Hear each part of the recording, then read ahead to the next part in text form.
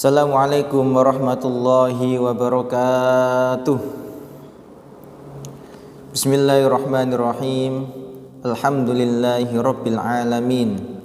Wabihi nasta'in ala umurid dunya waddin.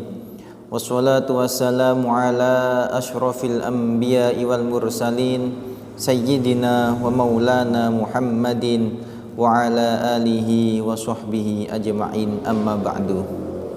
Yang terhormat segenap Dewan Asatidah SD Iradah maupun SMP plus Jauharul Maknun,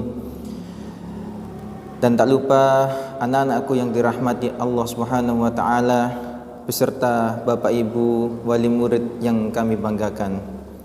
Puji syukur alhamdulillah pada kesempatan kali ini kita semuanya senantiasa diberikan rahmat, taufik serta hidayahnya. Kita semuanya masih diberikan limpahan nikmat oleh Allah Subhanahu wa taala, nikmat kesehatan jasmani, kesehatan rohani, sehingga kita semua masih dapat melaksanakan aktivitas kita sehari-hari dalam keadaan sehat walafiat. Kedua kalinya sholawat serta salam semoga tetap tercurah limpahkan kepada junjungan kita Nabi Muhammad sallallahu alaihi wasallam, Nabi yang telah menuntun kita dari jalan kegelapan menuju jalan yang terang benderang dengan ajaran agama Islam. Biqaulina Allahumma sholli ala sayyidina Muhammad. Semoga kelak kita semuanya mendapatkan syafaatul utmah dari Nabi Muhammad sallallahu alaihi wasallam. Anak-anakku yang dirahmati Allah Subhanahu wa taala, kita sebagai manusia patut bersyukur kepada Allah. Bersyukur kenapa? Karena kita diciptakan oleh Allah Subhanahu wa taala dalam keadaan yang sempurna. Sesuai dengan firman Allah di Al-Qur'an, laqad khalaqnal insana fi ahsani taqwim. Sungguh aku Allah menciptakan manusia fi ahsani taqwim, dalam bentuk yang sebaik-baiknya, dalam bentuk yang sempurna. Di antara ciptaan Allah yang sempurna dari bagian tubuh kita, yakni kita diciptakan, kita memiliki lisan yang kita gunakan untuk sebaik-baiknya, di mana lisan itu merupakan salah satu organ tubuh kita semuanya. Apabila kita gunakan dengan sebaik-baiknya, maka lisan itu akan mendatangkan pahala, mendatangkan kebaikan bagi kita semuanya. Tapi sebaliknya, jika lisan itu digunakan dengan sejelek-jeleknya, digunakan dalam hal yang buruk, maka lisan tersebut akan mendatangkan madharat bagi manusia tersebut. Anak-anakku yang dirahmati Allah Subhanahu wa taala, Nabi Muhammad sering kali mengingatkan dalam sebuah hadis yang berbunyi salamatul insan fi hifdil lisan, yang artinya keselamatan manusia itu diantaranya yakni bagaimana manusia itu dapat menjaga lisannya. Kemampuan manusia itu sebagaimana manusia itu menjaga lisannya. Kalau orang itu dapat menjaga lisannya dengan baik, maka orang tersebut akan selamat. Selamatnya tidak hanya di dunia saja, tapi kelak selamatnya akan di akhirat pula. Menjaga lisan dalam bentuk apa? Menjaga lisan dari perkataan-perkataan yang kotor, perkataan-perkataan yang kasar, perkataan-perkataan yang jelek. Contoh seperti apa? Menjaga lisan dari perkataan yang kasar kepada orang tua, perkataan yang kotor kepada temannya, berkata yang kasar kepada ustadz-ustadzanya. Itu kita jaga. Maka dari itu, apabila manusia dapat memaksimalkan lisannya ini dengan baik, maka manusia itu akan mendapatkan derajat yang tinggi di sisi Allah Subhanahu wa taala. Kenapa demikian? Karena lisan itu ibarat pisau. Apabila pisau itu digunakan sebaik-baik mungkin, maka pisau itu akan bermanfaat bagi semuanya. Tapi sebaliknya, jika pisau itu disalahgunakan, maka pisau itu akan berbahaya kepada siapapun. Bisa-bisa pisau itu melukai orang lain. Oleh sebab itu, ayo anak-anakku yang dirahmati Allah, marilah kita jaga lisan kita masing-masing dari hal-hal yang jelek. Kita gunakan sebaik mungkin. Itu hadis yang pertama, anak-anakku. Lalu di dalam kitab Arba'in Nawawi hadis yang ke-15, Nabi Muhammad mengingatkan kembali kepada kita betapa pentingnya kita semuanya ini untuk selalu menjaga lisan kita. Dalam hadis yang diriwayatkan Abu Hurairah, Nabi Muhammad bersabda, "Man kana yu'minu billahi wal yaumil akhir falyakul khairan aw liyasmut." Barang siapa yang beriman kepada Allah Subhanahu wa taala dan juga iman kepada hari akhir, siapa? Ya kita semuanya. Iman kepada Allah, juga iman kepada hari akhir. Maka lanjutannya hadis, falyakul khairon, hendaklah kita selalu berkata yang baik. Berkata yang baik seperti apa? Ngomong dengan orang tuanya yang halus, ngomong dengan ustadz-ustadzanya yang halus, lebih-lebih bisa memakai bahasa Jawa yang halus. Kalau tidak bisa memakai bahasa Jawa yang halus, memakai bahasa Indonesia, jangan memakai bahasa Jawa yang kasar. Itu.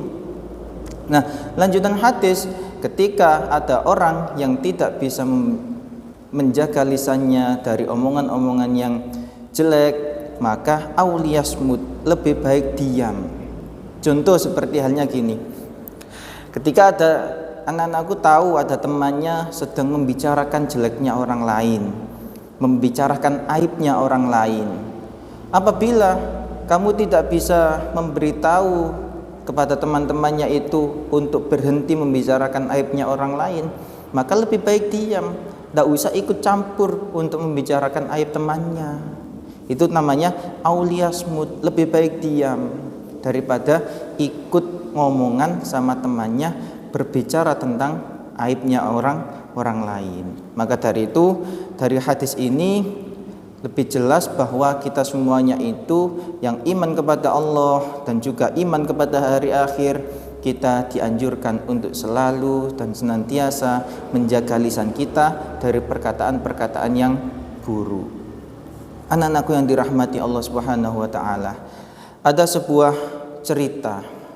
Cerita ini ada salah satu majikan yang memiliki budak. Suatu hari majikan itu memerintahkan budaknya itu untuk menyembelih kambing. Nah, menyembelih kambing yang nantinya 9 kambing itu dimasak dan akan disuguhkan, akan disajikan kepada tamu-tamunya. Lalu budaknya itu berangkat ke pasar untuk membeli kambing. Setelah mendapatkan kambing di pasar, budak itu pulang ke rumah. Kemudian kambing itu disembelih. Setelah disembelih, kemudian diperintahkan sama majikannya, silakan kamu ambil bagian anggota tubuh kambing itu yang bagus, yang nantinya akan kita masak. Ternyata apa yang diambil sama budaknya itu? Yang diambil ternyata bukan dagingnya, tapi apa? Tapi lidah sama hati. Jadi lidah sama hati, yang lainnya dibuang semuanya. Lidah sama hati kemudian dimasak, diberikan kepada majikannya. Tahu-tahu yang dimasak hanya lidah sama hati saja, majikannya itu marah sekali. Loh, maksud kamu gimana? Saya suruh ambil daging yang bagus kok malah kamu ambil lidah sama hati. Ya akhirnya langsung disuguhkan kepada tamu-tamunya. Di kemudian hari, majikannya itu memerintahkan lagi kepada budaknya ini, sekarang kamu nyembelih kambing lagi. Kalau kemarin barang yang paling bagus kamu tinggal, sekarang anggota tubuh kambing yang paling buruk itu yang kamu buang. Nah, selanjutnya budak itu berangkat ke pasar untuk membeli kambing. Pulang ke rumah, kambingnya itu disembelih. Ketika disembelih, ternyata yang dibuang sama majikannya itu, dibuang sama budaknya itu, ternyata lidah sama hati. Yang lainnya dimasak, kemudian dikasihkan kepada majikannya.